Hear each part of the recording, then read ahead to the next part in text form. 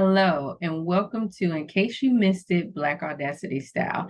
Now, today we'll bring you up to speed on last week's news and hot topics that you may have missed. I'm LaWanda Morris, CEO of Black Audacity Magazine, and your host for the evening. Today we will be discussing who the artists for Ceasefire are. We'll talk about who was finally named the House Speaker. We'll discuss briefly mental health in kids, as well as why former Olympic gymnast Mary Lou Retton was hospitalized. We'll cover a few more stories in breaking news, including the 15% Pledge Achievement Award and what that means for Black entrepreneurs. So pour yourself a drink, grab a snack, and let's get into it. Now, in political news, after 3 weeks, we finally have a Speaker of the House of Representatives. His name is Mike Johnson, and he's of Louisiana. He won the floor vote on October the 25th. There was, of course, a unanimous GOP vote and a total of 220 votes for, which secured Johnson's new speakership. Now, CNN has reported that he has pressing issues, including the potential government shutdown that's still ahead of him. Johnson has said that following his victory, the House will move swiftly on several pieces of legislation. I'm personally looking forward to seeing if this holds up to be true and how things get done from here on out. Finally, we may just see our government get back to work for the people. Now, in other news, a woman who spent 21 years, 7 months, and 6 days in prison for a nonviolent drug charge was pardoned back in 2020 by Donald Trump after being petitioned by Kim Kardashian for the woman's release. Now the woman is using her experience to advocate for the criminal justice system and criminal justice reform.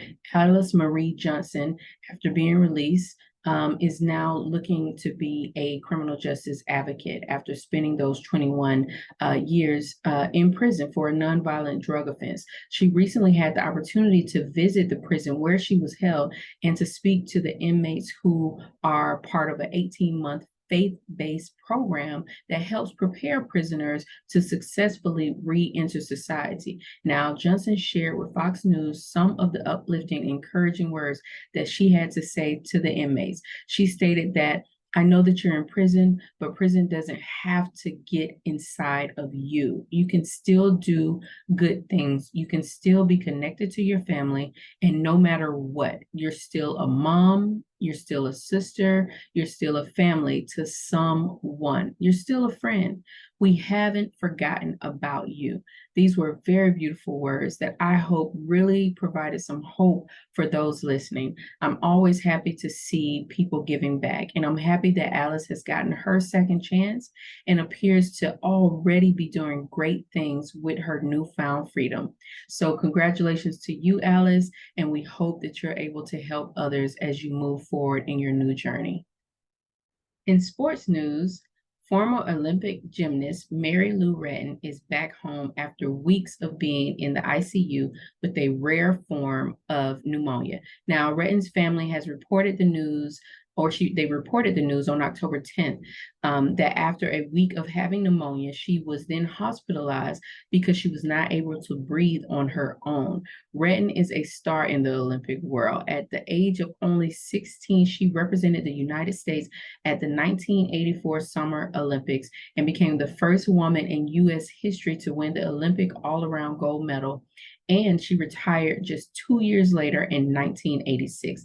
Now, Retton's second oldest daughter, McKenna Kelly, shared an update on her Instagram page on October the 23rd, stating that they still have a long road of recovery ahead of them, but they are taking baby steps. Now, I want to send my thoughts and prayers to the Retton family, as well as to her, and I'm hopeful that she will make a full and speedy recovery. Godspeed.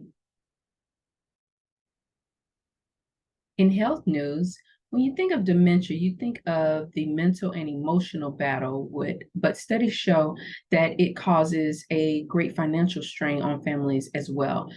Fox News has reported a study done by the University of Michigan that the findings show that out-of-pocket healthcare for patients with dementia has doubled within the first 8 years.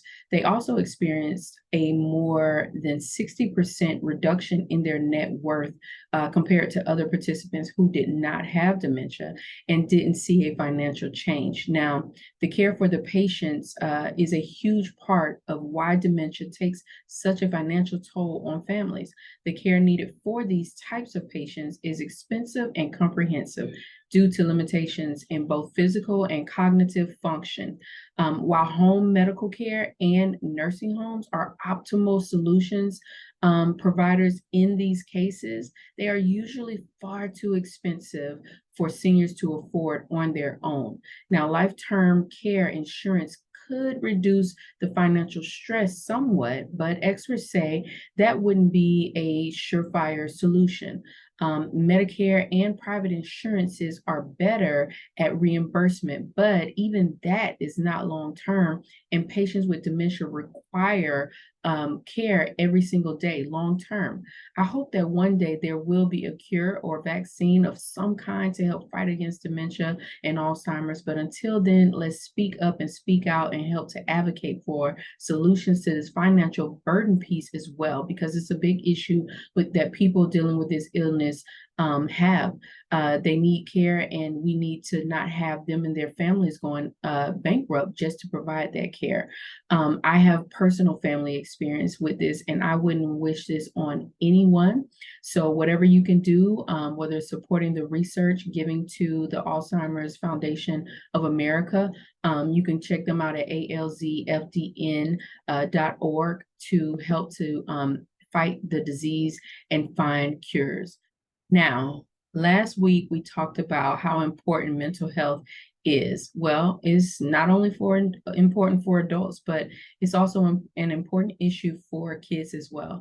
It has been reported by BBC News that intervening early may help stop conditions from arising in children and worsening.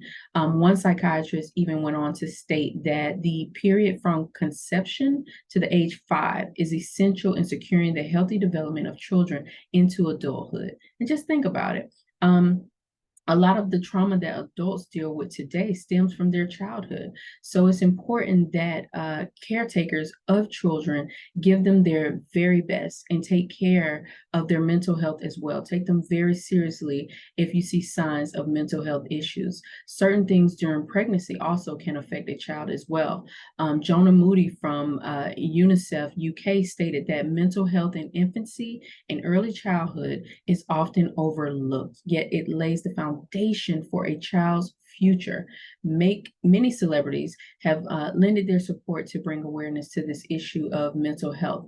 However, you don't hear about as many attaching their celebrity to the issue of solving the mental health in children as often, at least. World-renowned artists and dancers, Les Twins, who, yes, are recently off the Renaissance tour with the one and the only Beyonce. Twins Larry and Laurent Bourgeois have collaborated with the nonprofit Kids Right Network to raise awareness about mental health in kids and adults and to help improve access to treatment and services. Now, the partnership started in 2022, and they have created workshops in schools to show the power that the art of dance has over your mind and how body movements can help cope with mental struggles. Any form of art can be an outlet, whether it be dancing, singing, writing, drawing, or creating of any kind. It's very, very important to pay attention to your kids and pay attention to their mental health. Just because they are younger doesn't mean they can't have these types of issues, because we know that they do. Now, mental health is very important at any age, so stay aware, stay alert, and when you see something, say something. And parents, when you see something, say something and do something to help your children cope with and hopefully overcome any mental health issues that they may be struggling with. We hope this information helps. Now, in some sad celebrity news, actor Matthew Perry passed away over the weekend on Saturday, October the 28th.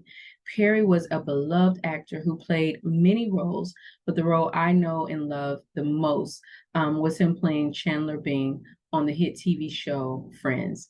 Matthew was open about his life struggles, including his struggle with anxiety, alcoholism, as well as other drugs. He opened up about these issues in order to help others to do the same and to not be afraid to seek help. He was an inspiration both on and off the screen, and we wish his family and friends, as well as his fans, our condolences and our love and support.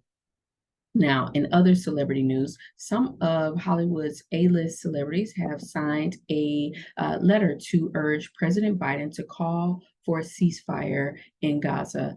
The Israel-Hamas war is in its third week now, and some of the hostages that are still being held are children. Now, NPR reported that celebrities such as Cate Blanchett, America Ferrera, Jon Stewart, Oscar Isaac, and several others have all signed the letter that they referred to themselves as Artists for Ceasefire.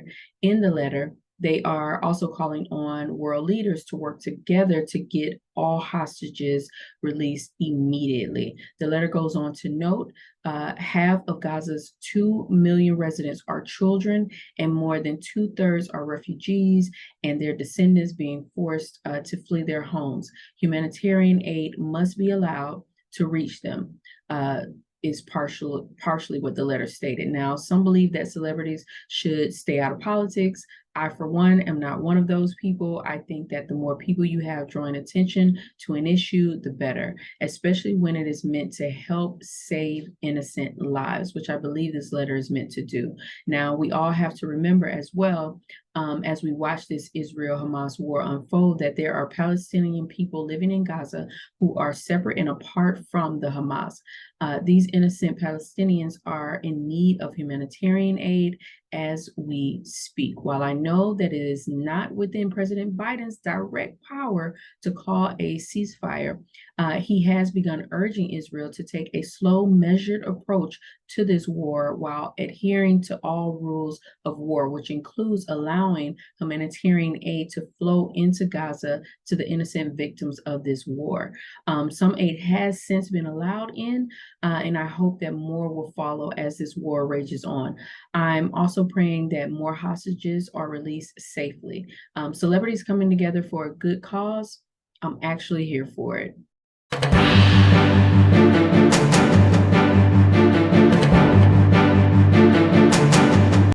In breaking news, another life has been lost to breast cancer. Tasha Butts, the coach for Georgetown women's basketball team, has died on Monday, October 23rd. She was only 41 years old. Butts was diagnosed in 2021, and last month she stepped away from coaching to focus on her health. Teams across the country would post videos on social media every Tuesday during October to try to lift her spirits and remind her that she wasn't alone in this fight. You can tell she was well respected and well loved, and she will be missed. I want to send my condolences to her family, friends, and her team. Remember, October is Breast Cancer Awareness Month, and if you haven't done so already, it's time to get involved in helping to raise awareness as well as raising funding for research to find a cure for cancer, specifically for breast cancer. Now, in other news, you all know that I truly support entrepreneurship, especially Black and women-owned businesses, me being one myself. This information is for all of you. And if you're not a business owner, please pass it along. If you haven't heard of the 15% pledge and their achievement award, well, let me tell you about it. Over the past 2.5 years, the 15% pledge has been working alongside major companies and corporations to reevaluate their organizational structures, funding streams, and supply chains, with the ultimate goal being to create equal opportunity for Black-owned businesses. Now, 29 corporations have made long-term contractual commitments to support those businesses, creating the potential to shift more than $14 billion to Black-owned businesses. I love everything about this. To be eligible for the Achievement Award as a Black-owned business, you must First, be a member of the 15% Pledges Business Equity Community. If you're not, you can go to their website and register today. Your business must have a presence on Google Shopping. Your e-commerce business must have a minimum annual revenue of $100,000. Of course, the business must be Black owned, and that means with at least one self-identifying Black person with 50% or more equity in the company.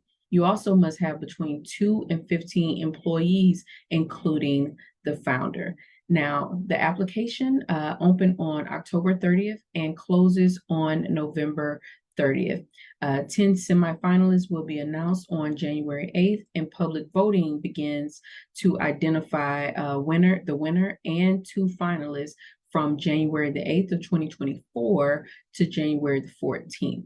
Now, finalists will be notified on January the 19th, and the winner will be announced at the 15% Pledges 2024 Gala on February 3rd. I can't wait to see who wins, and we will certainly report it here and keep you posted. This is so amazing for the culture, and again, I am here for it. If you are eligible, go apply today. Tell your friends who are eligible, and good luck to you all. Well, that's all for now. I hope you enjoyed today's segment of In Case You Missed It, Black Audacity Style. Don't forget to hit that like button, subscribe, and turn on your notifications to see more Black Audacity YouTube content in your feed. I'll see you back here next Monday, same time, same place. I'm LaWanda Morris, CEO of Black Audacity Magazine, and we are unapologetically and unambiguously Black Audacity. Thank you so much for watching, and see you next week.